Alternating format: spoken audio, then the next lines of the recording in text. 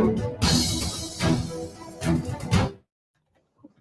ਸ਼੍ਰੀ ਅਕਾਲ। ਤੁਸੀਂ ਜੁੜੇ ਹੋਏ ਹੋ ਪੰਜਾਬੀ ਰੇਡੀਓ USA ਦੇ ਨਾਲ ਤੇ ਮੈਂ ਹਾਂ ਪ੍ਰਵੀਨ ਸ਼ਰਮਾ ਲੈ ਕੇ ਹਾਜ਼ਰ ਹਾਂ ਪ੍ਰੋਗਰਾਮ ਖਬਰ ਤੇ ਨਜ਼ਰ।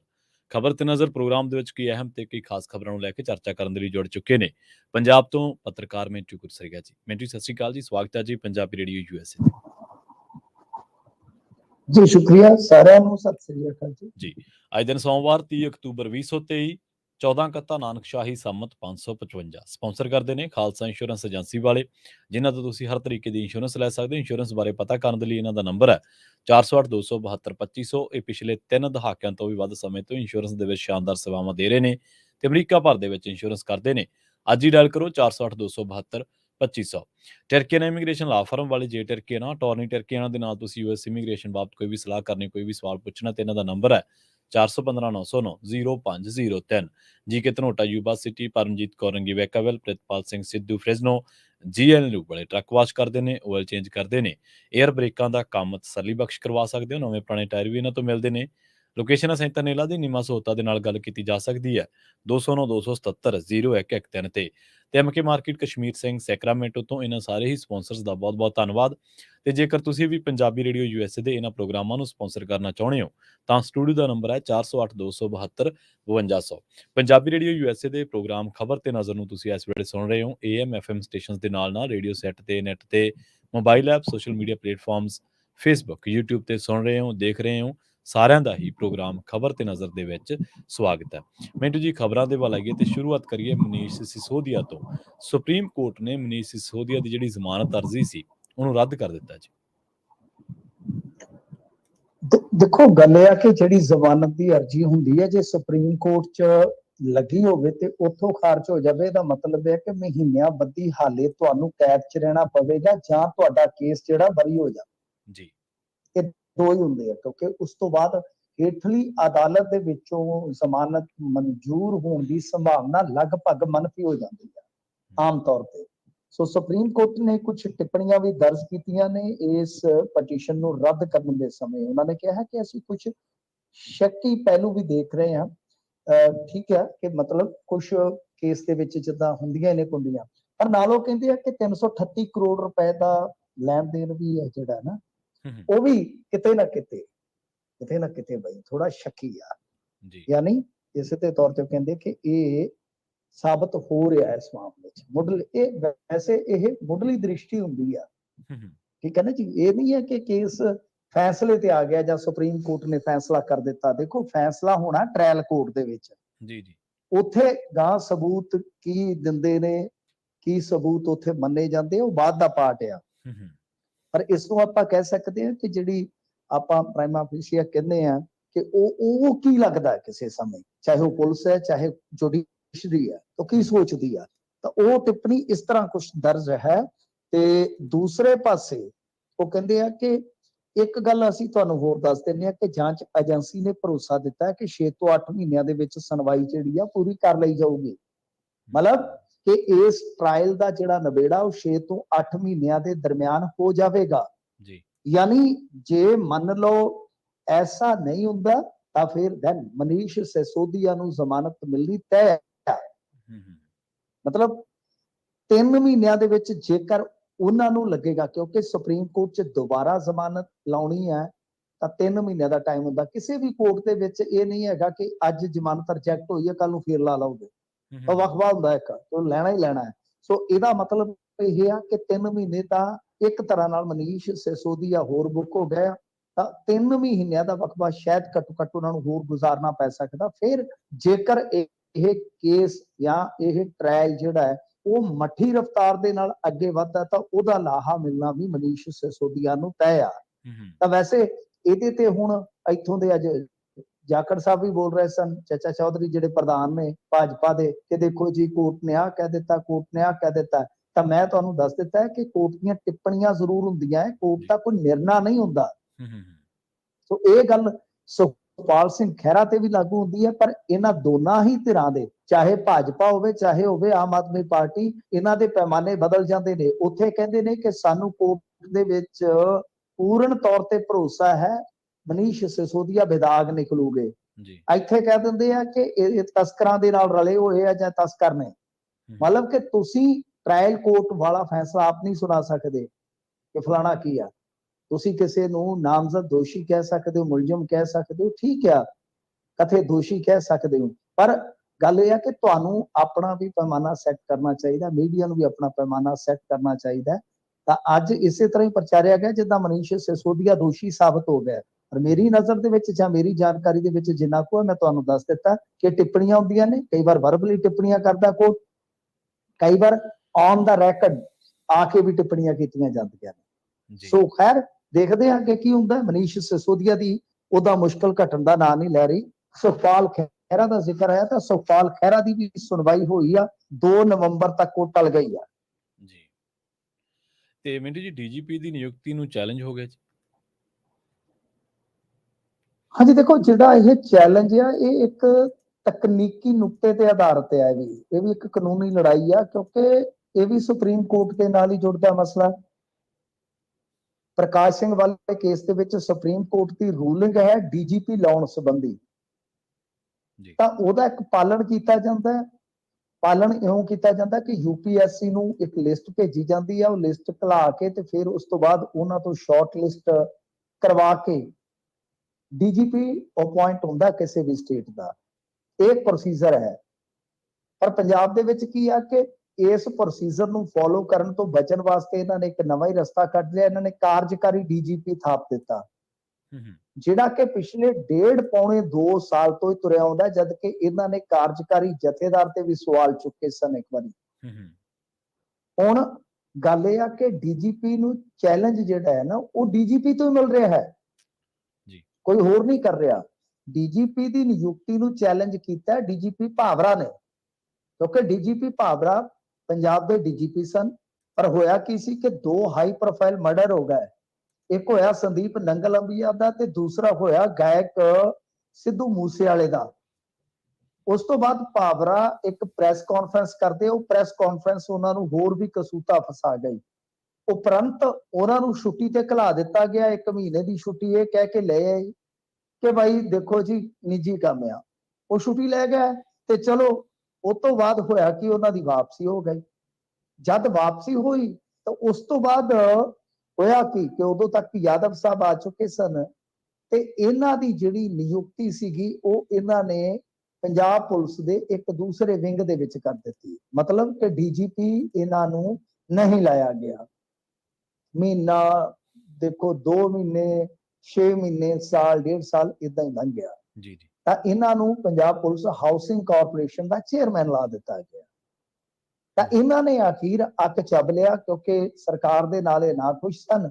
ਤਾਂ ਹੁਣ ਇਹਨਾਂ ਨੇ ਕੈਟ ਦਾ ਸਹਾਰਾ ਲਿਆ। ਇੱਥੇ ਕੋਈ ਕੈਟ ਉਹ ਨਹੀਂ ਜਿਹੜੇ ਮੁਖਬਰੀ ਕਰਦੇ ਆ, ਇਹ ਹੁੰਦਾ ਹੈ ਸੈਂਟਰ ਐਡਮਿਨਿਸਟ੍ਰੇਟਿਵ ਟ੍ਰਿਬਿਊਨਲ ਇੱਕ, ਜਿਹਦੇ ਵਿੱਚ ਇਸ ਤਰ੍ਹਾਂ ਜਾ ਕੇ ਜਦੋਂ ਕੋਈ ਵਿਤਕਰਾ ਹੁੰਦਾ ਤੇ ਉਹ ਕੇਸ ਦੇ ਰੂਪ ਦੇ ਵਿੱਚ ਉੱਥੇ ਸੁਣਿਆ ਜਾਂਦਾ। ਇਹ ਤੋਂ ਪਹਿਲਾਂ ਵੀ ਮੁਸਤਫਾ ਅਤੇ ਅਰੋੜਾ ਇਹ ਮਾਮਲਾ ਵੀ ਚਲਿਆ ਗਿਆ ਸੀਗਾ ਕੈਟ ਦੇ ਵਿੱਚ ਤੇ ਉੱਥੋਂ ਫੈਸਲਾ ਮੁਸਤਫਾ ਦੇ ਹੱਕ 'ਚ ਹੋ ਗਿਆ ਸੀਗਾ, ਪਰ ਹਾਈ ਕੋਰਟ ਨੇ ਉਹ ਪਲਟ ਦਿੱਤਾ ਸੀਗਾ। ਇਸ ਤੋਂ ਬਾਅਦ ਮੁਸਤਫਾ ਸਾਹਿਬ ਤੇ ਤੁਹਾਨੂੰ ਪਤਾ ਹੀ ਹੈ ਨਾ, ਕਾਫੀ ਬੋਲਦੇ ਰਹੇ ਕੈਪਟਨ ਅਮਰਿੰਦਰ ਸਿੰਘ ਦੇ ਖਿਲਾਫ ਤੇ ਖਾਸਾ ਕੁਝ ਬੋਲੇ ਸਨ ਉਦੋਂ। ਤਾਂ ਇਹ ਮਾਮਲਾ ਠੀਕ ਵੈਸਾ ਹੀ ਮਾਮਲਾ ਬਣ ਗਿਆ। ਮੈਂ ਤੁਹਾਨੂੰ ਦੱਸ ਦਿੱਤਾ ਕਿ ਤਕਨੀਕੀ ਪਹਿਲੂ ਇਹਦਾ ਕੀ ਆ। ਤਕਨੀਕੀ ਪਹਿਲੂ ਇਹ ਆ ਕਿ ਜੇ ਤੁਸੀਂ ਡੀਜੀਪੀ ਲਾਉਣਾ ਹੈ ਤਾਂ ਤੁਸੀਂ ਡੀਜੀਪੀ ਕਾਰਜਕਾਰੀ ਇੰਨਾ ਲੰਮਾ ਸਮਾਂ ਥੋੜੀ ਲਾ ਸਕੋਗੇ, ਕਿਉਂਕਿ ਤੁਹਾਨੂੰ ਉਹਦੇ ਵਾਸਤੇ ਇੱਕ ਨਾ ਇੱਕ ਦਿਨ ਤੇ ਯੂਪੀਐਸਸੀ ਵਾਲਾ ਜਿਹੜਾ ਹੈ ਨਾ ਉਹ ਫਾਰਮੂਲਾ ਅਪਣਾਉਣਾ ਹੀ ਪਊਗਾ। ਔਰ ਦੂਜੀ ਗੱਲ ਇਹ ਆ, ਇਹਨਾਂ ਨੇ ਕੀ ਕੀਤਾ ਸੀਗਾ ਕਿ ਪਿੱਛੇ ਜੇ ਡੀਜੀਪੀ ਲਾਉਣ ਵਾਲਾ ਹੀ ਫਾਰਮੂਲਾ ਬਦਲ ਦਿੱਤਾ ਸੀਗਾ।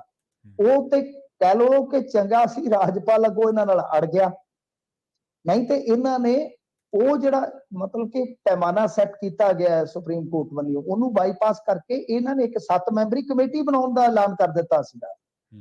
ਹਾਲਾਂਕਿ ਇਹਦੇ ਤੇ ਮੋਹਰ ਹੁਣ ਤੱਕ ਲੱਗੀ ਨਹੀਂ ਤਾਂ ਪੰਜਾਬ ਵਾਹਿਦ ਸੂਬਾ ਹੁੰਦਾ ਕਿ ਜਿਹੜਾ ਆਪਣਾ ਹੀ ਫਾਰਮੂਲਾ ਅਖਤਿਆਰ ਕਰ ਲੈਂਦਾ, ਪਰ ਉਹਨੂੰ ਵੀ ਚੈਲੰਜ ਹੋਣਾ ਸੀਗਾ। ਤਾਂ ਹੁਣ ਇਹ ਮਾਮਲਾ ਜਿਹੜਾ ਕੈਟ ਕੋਲ ਚਲੇ ਗਿਆ। ਤੇ ਦੂਜੀ ਗੱਲ ਹੈ ਤਕਨੀਕੀ ਤੌਰ ਤੇ ਜੇ ਤੁਸੀਂ ਦੇਖੋਗੇ ਤਾਂ ਵੀਕੇ ਭਾਵਰਾ ਸਾਹਿਬ ਜਿਹੜੇ ਆ ਉਹ ਯਾਦਵ ਜੀ ਤੋਂ 5 ਸਾਲ ਸੀਨੀਅਰ ਨੇ। ਤਾਂ ਸੀਨੀਅਰਿਟੀ ਦਾ ਇੱਕ ਬਹੁਤ ਵੱਡਾ ਮਾਇਨਾ ਹੁੰਦਾ ਡੀਜੀਪੀ ਦੇ ਅਹੁਦੇ ਤੇ। ਤਾਂ ਹੁਣ ਦੇਖੋ ਅੱਗੇ ਜਾ ਕੇ ਕੀ ਬਣਦਾ। ਇੱਕ ਵਾਰੀ ਇਹਨਾਂ ਦਾ ਪੇਚਾ ਜਿਹੜਾ ਉਹ ਹੁਣ ਸੈਂਟਰ ਐਡਮਿਨਿਸਟ੍ਰੇਟਿਵ ਟ੍ਰਿਬਿਊਨਲ ਦੇ ਵਿੱਚ ਪਏਗਾ। ਜੀ ਜੀ। ਤੇ ਅੰਮ੍ਰਿਤਸਰ ਕੌਮਾਂਤਰੀ ਹਵਾਈ ਅੱਡੇ ਤੋਂ ਮਿੰਟੂ ਜੀ ਸੋਨਾ ਬਰਾਮਦ ਕੀਤਾ ਗਿਆ ਜੀ। ਇੱਕ ਚੀਜ਼ ਹੈ ਜੀ, ਇਹ ਸੋਨਾ ਜਿਹੜਾ ਹੁਣ ਆਉਂਦਾ ਆ ਉਹ ਆਉਂਦਾ ਪੇਸਟ ਦੇ ਰੂਪ ਦੇ ਵਿੱਚ। ਇੱਕ ਕੈਮੀਕਲ ਹੁੰਦਾ, ਮੈਂ ਉਹਦਾ ਨਾਮ ਨਹੀਂ ਲਵਾਂਗਾ, ਜੀ ਕੈਮੀਕਲ ਯੂਜ਼ ਕਰੋਗੇ ਤੇ ਸੋਨਾ ਠੀਕ ਇਸ ਤਰ੍ਹਾਂ ਦਾ ਹੁੰਦਾ ਜਿਵੇਂ ਸਵੇਰੇ ਉੱਠ ਕੇ ਤੁਸੀਂ ਜਾਂ ਮੈਂ ਆਪਾਂ ਦੰਦਾਂ ਤੇ ਪੇਸਟ ਲਾਉਂਦੇ ਆ, ਜੀ ਸੋਨਾ ਪੇਸਟ ਦਾ ਰੂਪ ਧਾਰਨ ਕਰ ਜਾਂਦਾ ਹੈ। ਸੋ ਉਦਾਂ ਬਲੈਕ ਜਿਹੜੀ ਆ ਸੋਨੇ ਦੀ ਬਹੁਤ ਲੰਬੇ ਸਮੇਂ ਤੋਂ ਇੰਡੀਆ 'ਚ ਹੁੰਦੀ ਆ। ਇਹ ਹੁਣ ਥੋੜਾ ਜਿਹਾ ਤਰੀਕਾ ਬਦਲ ਗਿਆ। ਇਹਦੀ ਸਭ ਤੋਂ ਵੱਡੀ ਰਿਕਵਰੀ ਹੋਈ ਸੀਗੀ ਰਾਜਸਥਾਨ ਦੇ ਏਅਰਪੋਰਟ ਤੋਂ। ਉਸ ਤੋਂ ਬਾਅਦ ਇੱਥੋਂ ਦੀਆਂ ਜਿਹੜੀਆਂ ਏਜੰਸੀਆਂ ਨੇ ਉਹ ਚੌਕਸ ਹੋ ਗਈਆਂ। ਤਾਂ ਹੋਇਆ ਕੀ ਸੀਗਾ ਕਿ ਪੰਜਾਬ ਦੇ ਵਿੱਚ ਕੁਝ ਦਿਨ ਪਹਿਲਾਂ ਇੱਕ ਖੋਹ ਹੋਈ ਸੀਗੀ ਏਅਰਪੋਰਟ ਰੋਡ ਮਹਾਲੀ ਤੇ। ਜੀ ਉੱਥੋਂ ਇੱਕ ਬੰਦੇ ਕੋਲੋਂ ਕਿਲੋ 1.5 ਕਿਲੋ ਸੋਨਾ ਇਸੇ ਤਰ੍ਹਾਂ ਹੀ ਖੋਇਆ ਗਿਆ। ਕਿਲੋ ਨਹੀਂ 800 ਗ੍ਰਾਮ ਸੀ, ਸੌਰੀ 800 ਗ੍ਰਾਮ, ਚਲੋ ਕਿਲੋ ਆਪਾਂ ਪੰਜਾਬੀ ਚ ਕਹਿ ਦਿੰਦੇ ਨੇੜੇ ਤੇੜੇ। ਉਹ ਸੋਨਾ ਖੋਇਆ ਗਿਆ ਤੇ ਉਹ ਵੇਚਿਆ ਗਿਆ ਲਿਆ ਕੇ ਲੁਧਿਆਣੇ। ਪਿੱਛਾ ਕਰਦੀ ਕਰਦੀ ਪੁਲਿਸ ਜਿਹੜੀ ਸੀਗੀ ਉਹ ਇੱਥੇ ਪਹੁੰਚੀ ਤੇ ਫਿਰ ਇੱਥੇ ਕੁਝ ਕਾਰੋਬਾਰੀ ਦੇ ਹੋਰ ਗੁਰਦਾਸਪੁਰ ਨਾਲ ਸੰਬੰਧਿਤ ਕੁਝ ਸੋਨੇ ਦੇ ਕਾਰੋਬਾਰੀ ਜਿਹੜੇ ਆ ਉਹ ਆ ਗਏ ਸਨ ਰਡਾਰ ਤੇ। ਇਹ ਮਾਮਲਾ ਬਹੁਤ ਵੱਡਾ ਮਾਮਲਾ ਸੀ ਕਿਉਂਕਿ ਇਹਦੇ ਵਿੱਚ ਉਹ ਜਿਹੜਾ ਬੰਦਾ ਦੁਬਈ ਤੋਂ ਚੜਿਆ ਸੀ ਉਹਦੀ ਨੌਕਰਾਨੀ ਨੇ ਹੀ ਇੱਥੇ ਕਿਸੇ ਬੰਦੇ ਨੂੰ ਗਾਂ ਦੱਸ ਦਿੱਤਾ ਸੀ। ਪਰ ਇਹ ਕਿਉਂਕਿ ਮਾਮਲਾ ਸੋਨੇ ਨਾਲ ਜੁੜਿਆ ਸੀਗਾ, ਇਹਨਾਂ ਨੇ ਬੜਾ ਗੁਪਤ ਜਿਹਾ ਆਪਰੇਸ਼ਨ ਕੀਤਾ। ਵੈਸੇ ਕਾਮਯਾਬ ਰਹੀ ਪੁਲਿਸ, ਉਹਦੇ ਚ ਕਾਮਯਾਬ ਰਹੀ। ਪਰ ਜਦੋਂ ਇਹਨਾਂ ਨੇ ਉਸ ਕੇਸ ਨੂੰ ਟਰੇਸ ਕੀਤਾ, ਸ਼ਾਇਦ ਉਹ ਦਬਿਆ ਇਸ ਕਰਕੇ ਰਹਿ ਗਿਆ ਕਿਉਂਕਿ ਉਹਦੇ ਵਿੱਚ ਇੱਕ ਲੁੱਟ ਦਾ ਮੁੱਖ ਜਿਹੜਾ ਹੈਗਾ ਸੀ ਲੁਟੇਰਾ, ਉਹ ਪੁਲਿਸ ਵਾਲਾ ਹੀ ਸੀਗਾ। ਸੋ ਇਸ ਤਰ੍ਹਾਂ ਇਹਨਾਂ ਨੇ ਇੱਕ ਗਰੋਹ ਬਣਾ ਲਿਆ ਸੀਗਾ। ਤਾਂ ਖੈਰ ਉਹ ਜਿਹੜੀ ਲੁੱਟ ਦੀ ਖਬਰ ਸੀ ਉਹ ਸਾਡੇ ਵਾਸਤੇ ਵੀ ਬੜੀ ਹੈਰਾਨਗੀ ਵਾਲੀ ਸੀ ਕਿ ਕਿਸ ਤਰ੍ਹਾਂ ਇਹ ਚੱਲਿਆ ਸਾਰਾ, ਕਿ ਇੰਨਾ ਸੋਨਾ ਪਹਿਲਾਂ ਰਾਜਸਥਾਨ ਫੜਿਆ ਗਿਆ, ਹੁਣ ਪੰਜਾਬ ਦੇ ਏਅਰਪੋਰਟ ਤੇ ਉਸ ਤੋਂ ਬਾਅਦ ਇਹ ਦੂਸਰੀ ਘਟਨਾ ਜਿਹੜੀ ਵਾਪਰੀ ਆ ਅੰਮ੍ਰਿਤਸਰ ਦੇ ਵਿੱਚ। ਹੋਇਆ ਕੀ ਆ ਕਿ ਇਹਨਾਂ ਨੇ ਜਿਹੜਾ ਕੇਸ ਦਰਜ ਕੀਤਾ ਕਸਟਮ ਮਹਿਕਮੇ ਵੱਲੋਂ, ਜਿਹੜਾ ਇਹ ਕੀਤਾ ਗਿਆ 36 ਲੱਖ ਦਾ ਜਿਹੜਾ ਸੋਨਾ ਉਹ ਆਇਆ, ਯਾਨੀ ਲਗਭਗ ਤੁਸੀਂ ਕਹਿ ਲਓ ਕਿ 600 ਗ੍ਰਾਮ ਜੀ 600 ਗ੍ਰਾਮ ਇੱਥੇ ਵੀ ਆ। ਤਾਂ ਹੁਣ ਇਹਦੇ ਚ ਕਸਟਮ ਵਾਲਿਆਂ ਨੇ ਤੇ ਇੱਕ ਮੁਕੱਦਮਾ ਜਿਹੜਾ ਉਹ ਦਰਜ ਕਰਨਾ ਜਿਹੜਾ ਬੰਦਾ ਲੈ ਕੇ ਆਇਆ ਸੀ। ਪਰ ਹੋਇਆ ਕੀ ਆ, ਇੱਥੇ ਵੀ ਇੱਕ ਸਕੀਮ ਲੱਗੀ ਆ ਜਿਹੜੀ ਕਿ ਬਹੁਤ ਛੇਤੀ ਤੁਸੀਂ ਅਖਬਾਰਾਂ ਚ ਪੜ੍ਹ ਲਓਗੇ। ਹੋਇਆ ਕੀ ਆ ਕਿ ਇੱਥੇ ਜਿਹੜਾ ਇਹ ਮੁੰਡਾ ਆ ਰਿਹਾ ਸੀ, ਇਹਦਾ ਬਾਪ ਇਹਨੂੰ ਲੈਣ ਆ ਰਿਹਾ ਸੀ। ਹੁੰਦਾ ਕੀ ਆ, ਦੋ ਗੱਡੀਆਂ ਚ ਫੇਰ ਆਉਂਦੇ ਆ ਬੰਦੇ ਤੇ ਉਹ ਚੱਕ ਲੈਂਦੇ ਆ ਪਿਓ ਨੂੰ ਤਾਂ ਕਿ ਮੁੰਡਾ ਆਸੇ ਪਾਸੇ ਨਾ ਹੋਵੇ। ਫਿਰ ਉਹਨੂੰ ਵੀ ਚੁੱਕਦੇ ਆ, ਪਰ ਇੰਨੇ ਚਿਰ ਚ ਪੁਲਿਸ ਦਾ ਇੱਕ ਮੁਖਬਰ ਇਸ ਦੀ ਸੂਚਨਾ ਦੇ ਦਿੰਦਾ ਜਾਂ ਦੇ ਚੁੱਕਾ ਸੀ। ਇਹਨਾਂ ਨੇ ਟਰੈਪ ਕੀਤਾ, ਉਹ ਗੱਡੀ ਚੋਂ ਬਾਪ ਨੂੰ ਸੁੱਟ ਕੇ ਤੇ ਭੱਜ ਗਏ। ਪਰ ਗਾਂ ਜਾ ਕੇ 1.5 ਘੰਟਾ ਫੜੋ ਫੜਾਈ ਚੱਲੀ ਤੇ ਉਸ ਤੋਂ ਬਾਅਦ ਇਹਨਾਂ ਨੇ ਉਹਨਾਂ ਨੂੰ ਫੜ ਲਿਆ 7 ਜਣਿਆਂ ਨੂੰ। ਪਰ ਦੂਸਰੀ ਗੱਡੀ ਜਿਹੜੀ ਆ ਉਹ ਚੱਲ ਗਈ। ਹੁਣ ਕਿੱਧਰ ਜਾਣਗੇ, ਫੜੇ ਜਾਣਗੇ। ਸੋ ਇਹ ਜਿਹੜਾ ਸੋਨਾ ਸੀ, ਮੈਂ ਜਿਵੇਂ ਤੁਹਾਨੂੰ ਦੱਸਿਆ ਕਿ ਇਹ ਵੀ ਪੇਸਟ ਦੇ ਰੂਪ ਦੇ ਵਿੱਚ ਸੀਗਾ। ਸੋ ਪੰਜਾਬ ਦੇ ਵਿੱਚ ਇਹ ਦੋ ਵੱਡੀਆਂ ਘਟਨਾਵਾਂ ਮੈਂ ਤੁਹਾਨੂੰ ਦੱਸੀਆਂ ਨੇ ਕਿ ਕਿਸ ਤਰ੍ਹਾਂ ਸੋਨਾ ਇੱਕ ਤੇ ਜਿਹੜਾ ਸਮਗਲ ਹੋ ਕੇ ਆਉਂਦਾ ਤਾਂ ਉਹ ਪੇਸਟ ਦੇ ਰੂਪ ਚ ਆਉਂਦਾ, ਤੇ ਦੂਸਰਾ ਕਿ ਇੱਥੇ ਜਿਹੜੇ ਗਰੋਹ ਨੇ ਉਹਨਾਂ ਨੂੰ ਪਤਾ ਕਿ ਜਿਵੇਂ ਆਮਨੇ ਹੁੰਦੇ ਆਪਾਂ ਚੋਰਾਂ ਦੇ ਕੱਪੜੇ ਤੇ ਡਾਂਗਾਂ ਦੇ ਗਾਜ, ਕਿ ਉਹ ਤੇ ਆਪ ਗਾਂ ਚੋਰੀ ਕਰਕੇ ਲਿਆ ਰਹੇ ਹੁੰਦੇ, ਤੇ ਜੇ ਉਹ ਮੰਨ ਲਓ ਲੁੱਟੇ ਗਏ ਤਾਂ ਉਹਨਾਂ ਨੇ ਕਿਸੇ ਨੂੰ ਕੀ ਦੱਸਣਾ। ਹੁਣ ਕਿੰਨੇ ਉਹ ਇਹ ਤੇ ਆਪਣੇ ਆਪ ਦੇ ਵਿੱਚ ਇੱਕ ਵੱਡਾ ਸਵਾਲ ਹੈ। ਪਰ ਸੋਨੇ ਦੀ ਸਮਗਲਿੰਗ ਕਾਫੀ ਹੋ ਰਹੀ ਹੈ ਇਹਨਾਂ ਦਿਨਾਂ ਦੇ ਵਿੱਚ। ਜੀ ਤੇ ਮਿੰਟੂ ਜੀ, ਅਕਾਲੀਆਂ ਨੇ ਬਹਿਸ ਦਾ ਏਜੰਡਾ ਮੰਗਿਆ ਜੀ। ਪਹਿਲਾਂ ਤਾਂ ਇਹਨਾਂ ਨੇ ਜਿਹੜੀ ਮਾਨ ਸਾਹਿਬ ਬਹਿਸ ਕਰਵਾ ਰਹੇ ਉਹਦੇ ਚ ਜਾਣ ਤੋਂ ਇਨਕਾਰ ਨਹੀਂ ਸੀ ਕਰ ਦਿੱਤਾ ਜੀ। ਹਾਂਜੀ, ਹੁਣ ਏਜੰਡਾ ਪੁੱਛ ਰਹੇ ਆ ਤੇ ਨਾਲ ਇਹਨਾਂ ਨੇ ਤੇ ਇਹ ਵੀ ਆਖਿਆ ਕਿ ਦੇਖੋ ਗੱਲ ਇਹ ਆ ਕਿ ਫਿਲਹਾਲ ਆਪਾਂ SYL ਤੇ ਹੀ ਡਿਬੇਟ ਰੱਖ ਲਈਏ ਜੀ। ਤਾਂ ਅਕਾਲੀ ਹੁਣ ਕਹਿੰਦੇ ਕਿ ਅਸੀਂ ਜਾ ਵੀ ਸਕਦੇ ਹਾਂ, ਜਾ ਵੀ ਸਕਦੇ ਨੇ, ਵੈਸੇ ਇਹਦੇ ਚ ਕੀ ਆ। ਪਰ ਜਿਹੜੇ ਮਜੀਠੀਆ ਸਾਹਿਬ ਆ ਉਹ ਹੁਣ ਤੋਂ ਥੋੜੀ ਦੇਰ ਪਹਿਲਾਂ ਤੇ ਆਖਣ ਡਏ ਸਨ ਕਿ ਇਹ ਕਾਦੀ ਡਿਬੇਟ ਹੈ, ਤੇ ਉਸੇ ਤਰ੍ਹਾਂ ਦਾ ਜਿਵੇਂ ਸਲਮਾਨ ਖਾਨ ਉਹ ਸ਼ੋਅ ਜਿਹਾ ਕਰਦਾ ਬਿਗ ਬੌਸ ਜਾਲੀ ਜਿਹਾ, ਤੁਹਾਨੂੰ ਪਤਾ ਹੀ ਆ ਨਾ ਕਿੱਦਾਂ ਚੱਲਦਾ ਤੇ ਬਈ ਉਹ ਹਿਸਾਬ ਕਿਤਾਬ ਆ। ਤੇ ਹੈ ਤੇ ਵਾਕਿਆ ਉਸੇ ਤਰ੍ਹਾਂ ਦਾ ਹੀ ਆ। ਜਦੋਂ ਹੁਣ ਸਰਕਾਰ ਦਾ ਹੀ ਉੱਥੇ ਮੰਚ ਆ, ਸਰਕਾਰ ਦਾ ਹੀ ਉੱਥੇ ਹੋ ਸਕਦਾ ਮੀਡੀਆ ਹੋਵੇ, ਸਰਕਾਰ ਦੀ ਉੱਥੇ ਪੁਲਿਸ ਹੋਵੇ, ਸਰਕਾਰ ਦੇ ਦਿੱਤੇ ਸਮੇਂ 'ਚ ਤੁਸੀਂ ਬੋਲਣਾ ਤੇ ਸਰਕਾਰ ਨੇ ਮੁੜ ਕੇ ਪਿੱਛੋਂ ਤੋੜੀ ਸਾਰਿਆਂ ਨੂੰ ਜਵਾਬ ਦੇ ਦੇਣਾ, ਤੇ ਸਰਕਾਰ ਨੇ ਜੇ ਧਾਰ ਤੈਅ ਕਰ ਦੇਣੀ ਹੈ ਤਾਂ ਵੈਸੇ ਵਾਕਿਆ ਹੀ ਡਿਬੇਟ ਤੇ ਜਿਹੜਾ ਹੈ ਉਹ ਵੇਖਣ ਤੇ ਸੋਚਣ ਵਾਲਾ ਕਿ ਕਿਸ ਤਰ੍ਹਾਂ ਦਾ ਹੈ। ਪਰ ਮੈਂ ਸਮਝਦਾ ਕਿ ਨਿਰਪੱਖ ਡਿਬੇਟ ਹੋਵੇ, ਸ਼ਾਨਦਾਰ ਡਿਬੇਟ ਹੋਵੇ, ਐਸਾ ਡਿਬੇਟ ਹੋਵੇ ਜਿਹੜਾ ਸਾਡੇ ਵਾਸਤੇ ਬੜਾ ਯਾਦਗਾਰੀ ਹੋਵੇ। ਪਰ ਐਸੀ ਸਾਡੀ ਆਕਾਂਖਿਆ ਹੈ, ਸਾਡੀ ਕੋਈ ਮਰਜ਼ੀ ਥੋੜੀ ਚੱਲਦੀ ਹੈ। ਤਾਂ ਦੂਜੇ ਪਾਸੇ ਅਕਾਲੀ ਦਲ ਵਾਲੇ ਜਿਹੜੇ ਆ ਉਹ ਇਹੋ ਹੀ ਕਹਿ ਰਹੇ ਆ ਕਿ ਏਜੰਡਾ ਸਪਸ਼ਟ ਕਰੋ। ਇਹ ਕਹਿੰਦੇ ਆ ਕਿ ਤੁਸੀਂ ਆਪਣਾ ਗੋਲ ਪੋਸਟ ਨਾ ਹੁਣ ਸ਼ਿਫਟ ਕਰੋ। ਸੀਐਮਓ ਨੇ ਪਹਿਲਾਂ ਹੀ ਕਲੀਅਰ ਕਰ ਦਿੱਤਾ ਕਿ ਸਾਡਾ ਏਜੰਡਾ ਕੀ ਹੋਊਗਾ, ਕਿਉਂਕਿ ਇਹਨਾਂ ਨੇ ਦੱਸਿਆ ਕਿ ਪੰਜਾਬ ਦੇ ਮੁੱਦਿਆਂ ਉੱਤੇ ਬਹਿਸ ਹੋਵੇਗੀ। ਪਰ ਅਕਾਲੀ ਨਾਲ ਇਹ ਸੁਝਾਅ ਦੇ ਰਹੇ ਆ ਕਿ ਦੂਜਾ ਕੋਈ ਵੀ ਮੁੱਦਾ ਜਿਹੜਾ ਵਿਚਾਰਨਾ ਉਹਦੇ ਵਾਸਤੇ ਆਪਣੇ ਕੋਲ ਸਮਾਂ ਹੈਗਾ, ਕਿਉਂਕਿ ਇਹਦੀ ਹੁਣ ਜਨਵਰੀ ਚ ਫੇਰ ਸੁਣਵਾਈ ਹੋਣੀ ਆ। ਫਿਲਹਾਲ ਆਪਾਂ SYL ਦੇ ਹੀ ਡਿਸਕਸ਼ਨ ਚ ਜਿਹੜਾ ਹੈ ਨਾ ਭਾਗ ਲੈਣਾ, ਤਾਂ ਉਹਦੇ ਚ ਆਪਾਂ ਜਾ ਕੇ ਇਹ ਜਿਹੜਾ ਡਿਬੇਟ ਆ ਉਹ ਕੇਂਦਰਿਤ ਕਰ ਲਈਏ ਭਾਈ ਇਸੇ ਮੁੱਦੇ ਤੇ। ਜੀ ਉਹ ਇਹਨਾਂ ਦਾ ਸੁਝਾਅ ਹੁਣ ਮੰਨਦੇ ਆ ਕਿ ਨਹੀਂ ਮੰਨਦੇ ਪਤਾ ਨਹੀਂ ਹੈ। ਪਰ ਗੱਲ ਇਹ ਆ ਕਿ ਇਸ ਡਿਬੇਟ ਨੂੰ ਜਿਸ ਤਰ੍ਹਾਂ ਲੈ ਰਹੀਆਂ ਨੇ ਪਾਰਟੀਆਂ, ਇਸ ਨੂੰ ਆਪਾਂ ਨਿਰਾਪੁਰਾ ਵੀ ਨਹੀਂ ਕਹਿ ਸਕਦੇ ਕਿ ਇਸ ਡਿਬੇਟ ਦੀ ਕੋਈ ਚਰਚਾ ਨਹੀਂ। ਚਰਚਾ ਬਹੁਤ ਆ, ਪਰ ਕਾਂਗਰਸ ਤੇ ਪ੍ਰਗਟ ਸਿੰਘ ਨੇ ਜਾਂ ਕਾਂਗਰਸ ਪਾਰਟੀ ਨੇ ਇੱਕ ਬੜਾ ਵੱਡਾ ਮੂਵ ਕਰ ਦਿੱਤਾ ਸੀਗਾ ਇਸ ਮਾਮਲੇ ਦੇ ਵਿੱਚ ਕਿ 27 ਤਰੀਕ ਨੂੰ ਇਹਨਾਂ ਨੇ ਇੱਕ ਵਿਚਾਰ ਗੋਸ਼ਟੀ ਜਿਹੜੀ ਸੀਗੀ ਚੰਡੀਗੜ੍ਹ ਚ ਕਰਵਾਈ ਸੀਗੀ। ਉਦੋਂ ਅਸੀਂ ਵੀ ਉੱਥੇ ਸੀਗੇ ਚੰਡੀਗੜ੍ਹ, ਤਾਂ ਖਾਸੀ ਚਰਚਾ ਸੀਗੀ ਉਸ ਦੀ। ਤਾਂ ਗੱਲ ਇਹ ਆ ਕਿ ਉਹਨਾਂ ਨੇ ਸਿਰਫ ਨਿਰੋਲ ਜਿੱਦਾਂ ਕਹਿ ਲਈਏ ਸ਼ੁੱਧ ਜਿਹੜੀ ਗੋਸ਼ਟੀ ਸੀਗੀ ਉਹ ਸਾਰੀ ਦੀ ਸਾਰੀ ਜਿਹੜੀ ਚਰਚਾ ਉਹ ਕੇਂਦਰਿਤ ਕੀਤੀ ਸੀ SYL ਦੇ ਮੁੱਦੇ ਤੇ ਉਹਨਾਂ ਨੇ ਮਾਹਿਰ ਸੱਦੇ ਸੀਗੇ ਤੇ ਆਪ ਕਿਹਾ ਸੀਗਾ ਕਿ ਅਸੀਂ ਸਿਰਫ ਸਰੋਤੇ ਹੋਵਾਂਗੇ, ਅਸੀਂ ਸੁਣਾਂਗੇ। ਤਾਂ ਇਹ ਆਪਣੇ ਆਪ ਦੇ ਵਿੱਚ ਕਾਂਗਰਸ ਦਾ ਮੂਵ ਸੀ ਜਿਹੜਾ ਉਹਨਾਂ ਨੇ ਚੱਲਿਆ ਆਪਣੇ ਹਿਸਾਬ ਨਾਲ। ਹੁਣ ਆਮ ਆਦਮੀ ਪਾਰਟੀ ਦੇ ਪਾਲੇ ਚ ਕਹਿੰਦੇ ਆ ਇਹ ਡਿਬੇਟ ਕਰਵਾਉਣ ਜਾ ਰਹੇ ਆ। ਇਸ ਡਿਬੇਟ ਦਾ ਕਿਸ ਤਰ੍ਹਾਂ ਦਾ ਮੁਕਾਮ ਹੋਵੇਗਾ, ਕਿਸ ਤਰ੍ਹਾਂ ਦਾ ਇਹਦਾ ਅੰਜਾਮ ਹੋਵੇਗਾ, ਦੇਖਦੇ ਆ। ਪਰ ਅਕਾਲੀਆਂ ਨੇ ਏਜੰਡਾ ਸਪਸ਼ਟ ਕਰਨ ਵਾਸਤੇ ਕਿਆ ਜ਼ਰੂਰ ਆ ਜੀ। ਤੇ ਗੁਜਰਾਤੀਆਂ ਨੂੰ ਕਹਿੰਦੇ ਪੰਜਾਬ ਦੀ ਸ਼ਰਾਬ ਪਿਲਾਈ ਜਾ ਰਹੀ ਹੈ ਜੀ। ਹਾਂਜੀ, ਇਹ ਤੇ ਬੜੇ ਲੰਮੇ ਸਮੇਂ ਤੋਂ ਪਿਆਈ ਜਾ ਰਹੀ ਹੈ। ਕਹਿ ਲਈਏ ਕਿ ਬਈ ਇਹ ਤਾਂ ਬਹੁਤ ਲੰਬਾ ਚੌੜਾ ਬਿਜ਼ਨਸ ਆ। ਦੇਖੋ, ਇੱਕ ਕੰਟੇਨਰ ਫੜਿਆ ਗਿਆ, ਇਹ ਇੱਕ ਸ਼ਹਿਰ ਹੈ ਸਰੋਈ, ਬਿਲਕੁਲ ਕਹਿ ਲਓ ਕਿ ਗੁਜਰਾਤ ਤੋਂ ਉਰਿਆਂ ਥੋੜਾ ਜਿਹਾ ਮਾਊਂਟ ਆਬੂ ਆਉਂਦਾ ਲਾਸਟ ਤੇ ਸਰੋਈ ਉਸ ਤੋਂ ਪਹਿਲਾਂ ਹੈ। ਇੱਥੇ ਜਦੋਂ ਇਹ ਇੱਕ ਕੰਟੇਨਰ ਚੈੱਕ ਕੀਤਾ ਗਿਆ ਤਾਂ ਉਹਦੇ ਵਿੱਚ ਤਕਰੀਬਨ 2000 ਪੇਟੀ ਦਾਰੂ ਦੀ ਬਰਾਮਦ ਹੋਈ ਆ, ਜਿਹਦੀ ਕੀਮਤ 1.5 ਕਰੋੜ ਰੁਪਈਆ ਬਣਦੀ ਹੈ, ਹਿਸਾਬ ਲਾ ਲਓ। ਤੇ ਇਹ ਜਿਹੜੀਆਂ ਹੈਗੀਆਂ 1700-1800 ਪੇਟੀ ਹੈ ਦੱਸਦੇ ਆ, ਕਿਸੇ ਅਖਬਾਰ ਨੇ 1700 ਕਿਹਾ, ਉੱਥੋਂ ਦੀ ਨੇ ਕਿਸੇ ਨੇ 1800 ਵੀ ਕਿਹਾ। ਤਾਂ ਇਹ ਜਿਹੜਾ ਸਾਰਾ ਕਹਿ ਲਓ ਕਿ ਜ਼ਖੀਰਾ ਸੀਗਾ ਇਹ ਜਾਣਾ ਸੀਗਾ ਗੁਜਰਾਤ ਦੇ ਵਿੱਚ। ਤੇ ਇਹ ਵੈਸੇ ਨਾ ਜਿਹੜਾ ਕੰਟੇਨਰ ਸੀਗਾ ਉਹਨੂੰ ਸੀਲ ਕਰਕੇ ਲਿਜਾਂਦੇ ਸੀ, ਪੁਲਿਸ ਦੀ ਚੈਕਿੰਗ ਤੋਂ ਬਚਣ ਲਈ ਬਾਰਕੋਡ ਵਾਲੀਆਂ ਨਕਲੀ ਸੀਲਾਂ ਲਾ ਦਿੰਦੇ ਸੀ। ਪਰ ਪੁਲਿਸ ਦੀ ਮੁਖਬਰੀ ਵੀ ਬੜੀ ਆਲਾ ਤਰੀਨ ਹੁੰਦੀ ਹੈ, ਕਈ ਵਾਰ ਸਾਰਾ ਕੁਝ ਪਤਾ ਹੁੰਦਾ ਹੈ।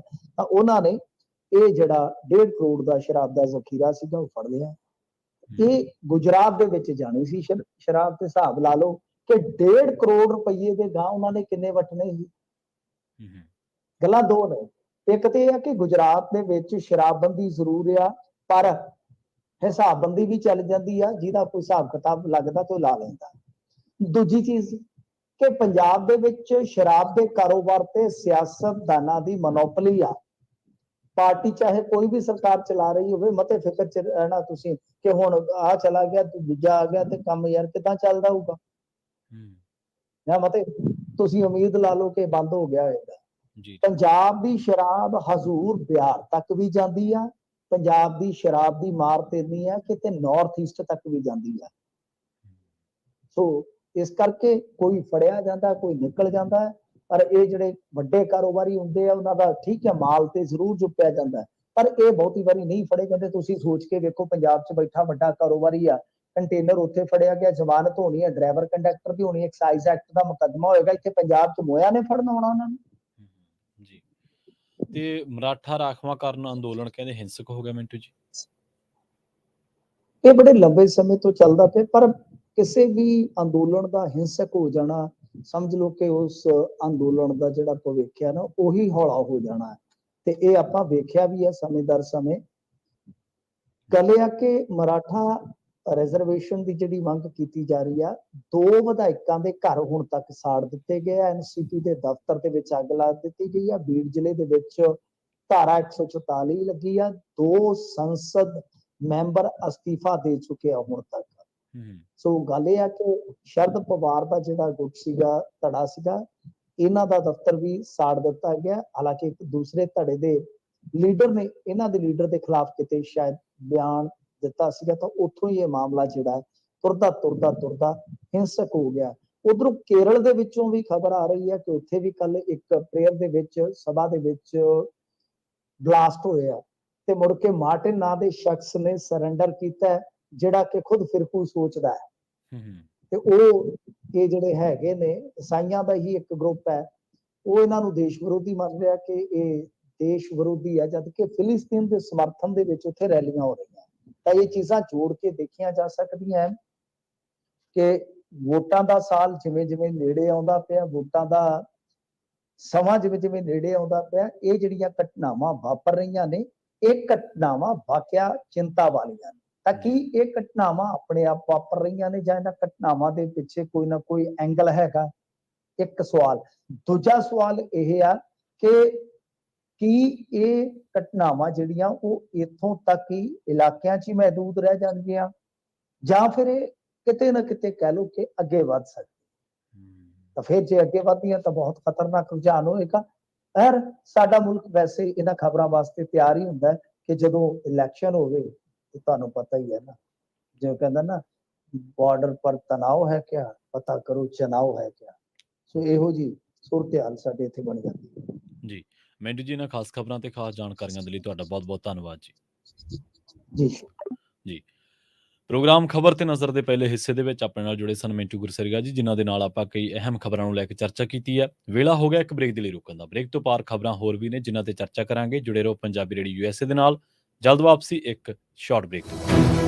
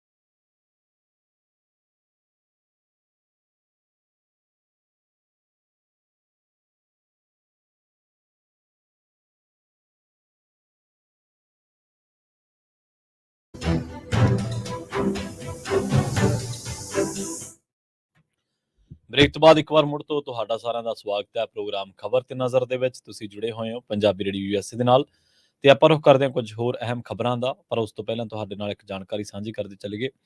ਪਹਿਲੀ ਜਾਣਕਾਰੀ ਇਹ ਹੈ ਕਿ ਕੱਲ ਪੰਜਾਬੀ ਰੇਡੀਓ ਯੂਐਸਏ ਦੀਆਂ ਟੀਮਾਂ ਵੱਲੋਂ ਬੇਕਰਸਫੀਲਡ ਗੁਰਦੁਆਰਾ ਸਾਹਿਬ ਤੇ ਨਾਲ ਹੀ ਗੁਰੂ ਨਾਨਕ ਪ੍ਰਕਾਸ਼ ਗੁਰਦੁਆਰਾ ਸਾਹਿਬ ਫ੍ਰੈਜ਼ਨੋ ਦੇ ਵਿੱਚੋਂ ਲਾਈਵ ਟੈਲੀਕਾਸਟ ਕੀਤੇ ਗਏ ਸੀ। ਤੁਸੀਂ ਜੇਕਰ ਕਿਸੇ ਕਾਰਨ ਕਰਕੇ ਨਹੀਂ ਜਾ ਸਕੇ ਤਾਂ ਉਹਨਾਂ ਨਗਰ ਕੀਰਤਨ ਦਾ ਜਿਹੜਾ ਲਾਈਵ ਟੈਲੀਕਾਸਟ ਆ ਉਹ ਪੰਜਾਬੀ ਰੇਡੀਓ ਯੂਐਸਏ ਦੇ ਫੇਸਬੁੱਕ ਪੇਜ ਦੇ ਨਾਲ YouTube ਤੇ ਵੀ ਉਹਦੀਆਂ ਕਾਫੀ ਜਿਹੜੀਆਂ ਕਲਿੱਪਸ ਨੇ ਉਹਦੀ ਕਵਰੇਜ ਆ ਉਹ ਤੁਸੀਂ ਉੱਥੇ ਜਾ ਕੇ ਦੇਖ ਸਕਦੇ ਹੋ। ਦੂਜਾ ਇਹ ਕਿ ਯੂਬਾ ਸਿਟੀ ਗੁਰਦੁਆਰਾ ਸਾਹਿਬ ਦੇ ਵਿੱਚੋਂ ਰੋਜ਼ਾਨਾ ਪੰਜਾਬੀ ਰੇਡੀਓ ਯੂਐਸਏ ਦੇ YouTube ਚੈਨਲ ਤੇ ਲਾਈਵ ਸਟ੍ਰੀਮ ਚੱਲਦਾ। ਤੁਸੀਂ ਉੱਥੇ ਜਾ ਕੇ ਵੀ ਚੈਨਲ ਨੂੰ ਸਬਸਕ੍ਰਾਈਬ ਕਰਨਾ ਤੇ ਬੈਲ ਆਈਕਨ ਦਬਾਉਣਾ ਨਾ ਭੁੱਲਿਓ ਤਾਂ ਜੋ ਹਰੇਕ ਸਟ੍ਰੀਮ ਦੀ ਜਿਹੜੀ ਨੋਟੀਫਿਕੇਸ਼ਨ ਹੈ ਉਹ ਤੁਹਾਡੇ ਤੱਕ ਆ ਜਾਵੇ। ਇਹ ਸ਼ਾਮ ਦੇ ਜਿਹੜੇ ਦੀਵਾਨ ਹੁੰਦੇ ਨੇ ਉਹਨਾਂ ਦਾ live telecast Punjabi radio USA ਦੇ ਨਾਲ ਪੰਜਾਬੀ ਰੇਡੀਓ ਯੂਐਸਏ ਦੇ YouTube ਚੈਨਲ ਦੇ ਉੱਤੇ ਉਹ ਜਿਹੜਾ ਟੈਲੀਕਾਸਟ ਆ ਉਹ ਕੀਤਾ ਜਾਂਦਾ। ਤੁਸੀਂ ਉੱਥੇ ਜਾ ਕੇ ਦੇਖ ਸਕਦੇ ਹੋ ਤੇ ਨਾਲ ਹੀ ਸ਼ੇਅਰ ਕਰਨਾ ਨਾ ਭੁੱਲਿਓ।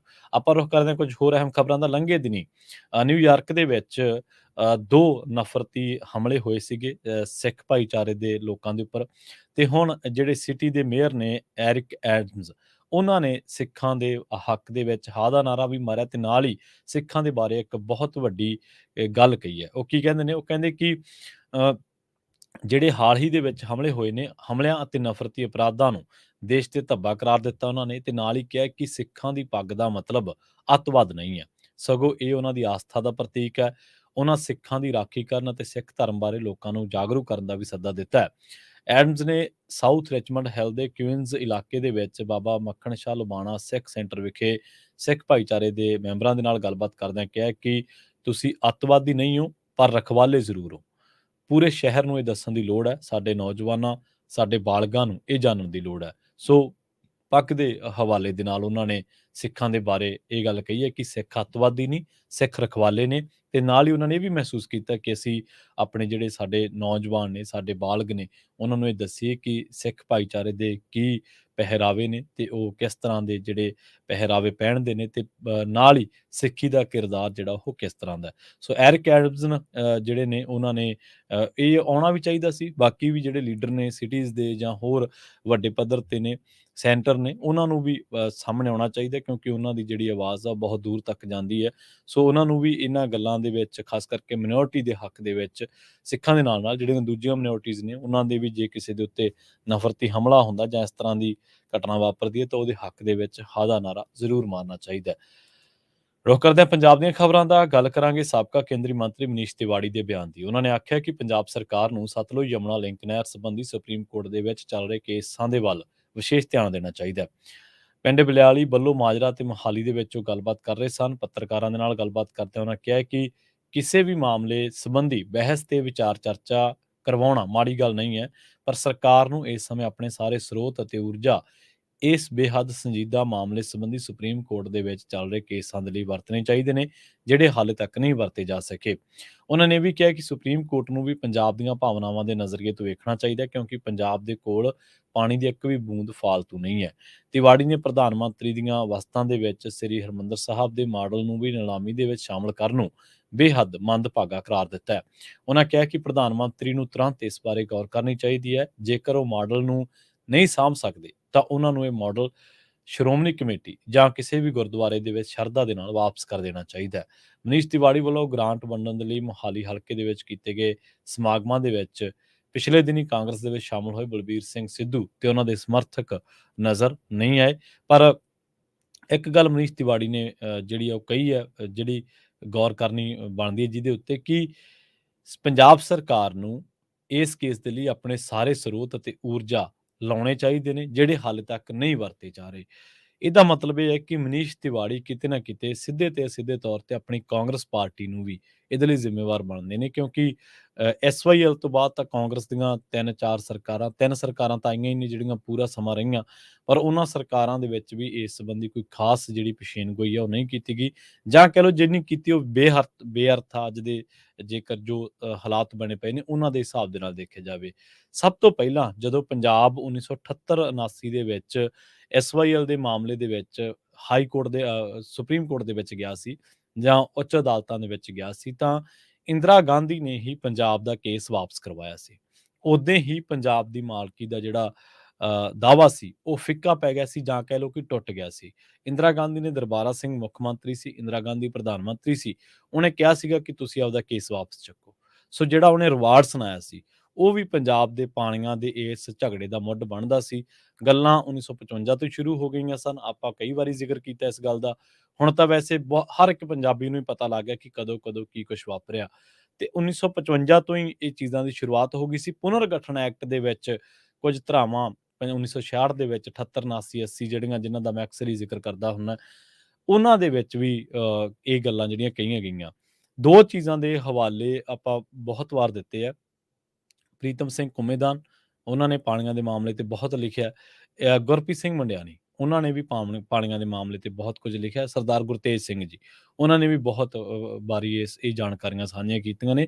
ਪਿਛਲੇ ਦਿਨੀ ਜਿਹੜੀ ਪੰਜਾਬ ਦੇ ਵਿੱਚ, ਚੰਡੀਗੜ੍ਹ ਦੇ ਵਿੱਚ ਇਹ ਬਹਿਸ ਹੋਈ ਸੀ ਪੰਜਾਬ ਦੇ ਪਾਣੀਆਂ ਨੂੰ ਲੈ ਕੇ, ਜਿਹੜੀ ਕਿ ਸਾਰਥੀ ਆਰਗੇਨਾਈਜੇਸ਼ਨ ਨੇ ਕਰਵਾਈ ਸੀ ਪ੍ਰਗਟ ਸਿੰਘ ਹੋਰਾਂ ਨੇ। ਉਹਦੇ ਵਿੱਚ ਪੰਜਾਬ ਦੇ ਬੁੱਧੀਜੀਵੀਆਂ ਨੂੰ ਵੀ ਸ਼ਾਮਲ ਕੀਤਾ ਗਿਆ ਸੀ। ਡਾਕਟਰ ਪਿਆਰੇ ਲਾਲ ਗਰਗ, ਗੁਰਪ੍ਰੀਤ ਸਿੰਘ ਮੰਡਿਆਣੀ, ਗੁਰਤੇਜ ਸਿੰਘ ਜੀ, ਤੇ ਇਹਦੇ ਨਾਲ ਡਾਕਟਰ ਧਰਮਵੀਰ ਗਾਂਧੀ ਤੇ ਹੋਰ ਜਿੰਨੇ ਵੀ ਪੰਜਾਬ ਦੇ ਬੁੱਧੀਜੀਵੀ ਆ, ਉਹਨਾਂ ਨੂੰ ਸ਼ਾਮਲ ਕੀਤਾ ਗਿਆ ਸੀਗਾ।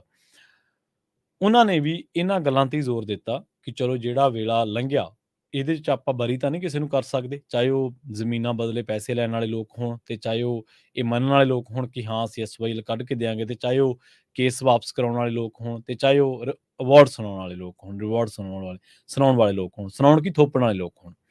ਪਰ ਉਹਨਾਂ ਨੇ ਇਹ ਵੀ ਕਿਹਾ ਕਿ ਜੇਕਰ ਅਸੀਂ ਇਸ ਗੱਲ ਦੀ ਜੜ ਨੂੰ ਫੜਨਾ, ਜੇਕਰ ਅਸੀਂ SYL ਦੇ ਰੇੜਕੇ ਨੂੰ ਪੂਰੀ ਤਰ੍ਹਾਂ ਦੇ ਨਾਲ ਖਤਮ ਕਰਨਾ ਹੀ ਹੈ, ਤਾਂ ਸਾਨੂੰ ਸੁਪਰੀਮ ਕੋਰਟ ਦੇ ਵਿੱਚ ਜਿਹੜੀ ਅਸੀਂ ਪੈਰਵਾਈ ਕਰਦੇ ਹਾਂ, ਤੇ ਉਹਨਾਂ ਦੇ ਵਿੱਚ ਕਈ ਨੁਕਤਿਆਂ ਦੇ ਵਿੱਚ ਸੋਧ ਕਰਨੀ ਪਊਗੀ।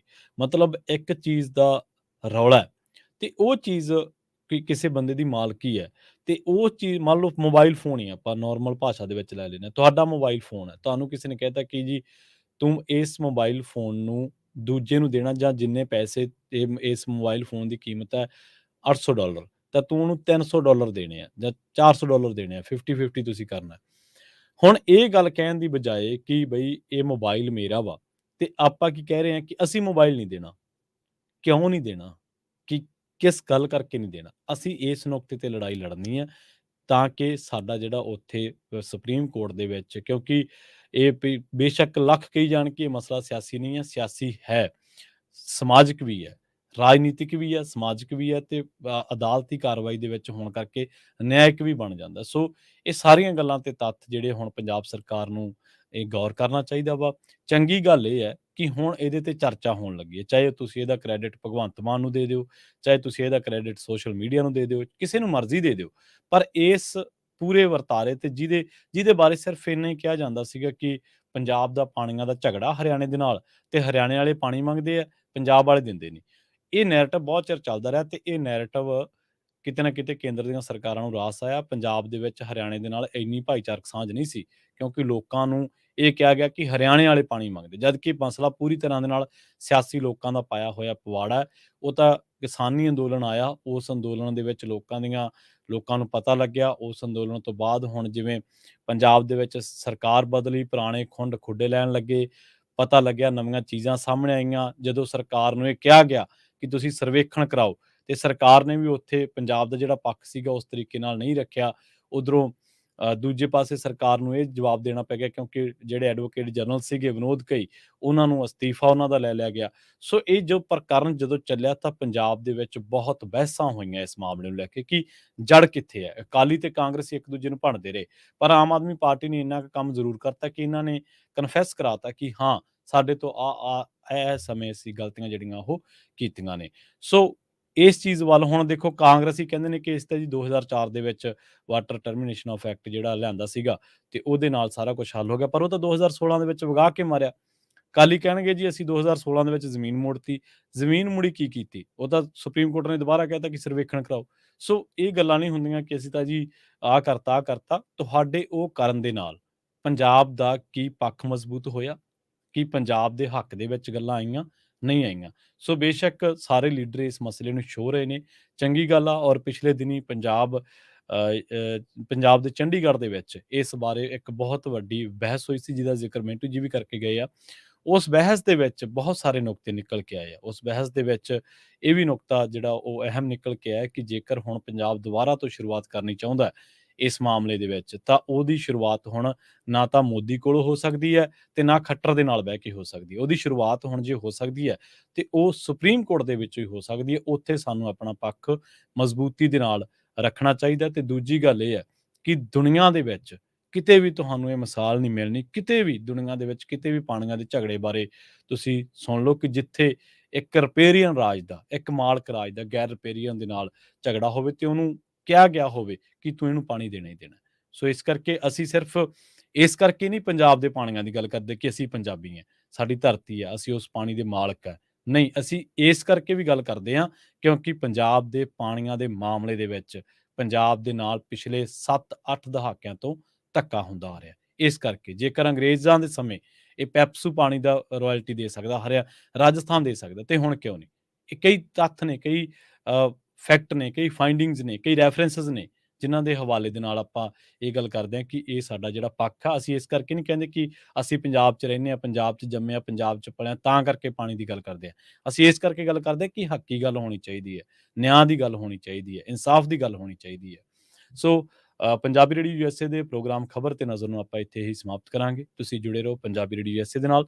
ਅਗਲੀ ਪੇਸ਼ਕਸ਼ ਪ੍ਰੋਗਰਾਮ ਅਪਡੇਟ ਅਮਰੀਕਾ ਪ੍ਰੋਗਰਾਮ ਦੇ ਵਿੱਚ ਤੁਸੀਂ ਅਮਰੀਕਾ ਦੇ ਨਾਲ ਵਿਸ਼ਵ ਭਰ ਦੇ ਵਿੱਚ ਵਾਪਰੀਆਂ ਅਹਿਮ ਵੱਡੀਆਂ ਖਾਸ ਘਟਨਾਵਾਂ ਬਾਰੇ ਤੁਹਾਨੂੰ ਦਿੱਤੀਆਂ ਜਾਣਗੀਆਂ ਜਾਣਕਾਰੀਆਂ, ਖਾਸ ਕਰਕੇ ਇਜ਼ਰਾਈਲ ਤੇ ਹਮਾਸ ਦੇ ਵਿਚਾਲੇ ਕੀ ਹਾਲਾਤ ਨੇ, ਰੂਸ ਯੂਕਰੇਨ ਜੰਗ ਤੇ ਉਸ ਤੋਂ ਬਾਅਦ ਵਰਲਡ ਇਕੋਨਮੀ ਤੇ ਹੋਰ ਕਈ ਗੱਲਾਂ ਬਾਤਾਂ ਜਿਹੜੀਆਂ ਨੇ ਉਹ ਇਸ ਪ੍ਰੋਗਰਾਮ ਦੇ ਵਿੱਚ ਜਾਣਕਾਰੀਆਂ ਤੁਹਾਡੇ ਨਾਲ ਅਪਡੇਟ ਅਮਰੀਕਾ ਦੇ ਵਿੱਚ ਸਾਂਝੀਆਂ ਕੀਤੀਆਂ ਜਾਣਗੀਆਂ।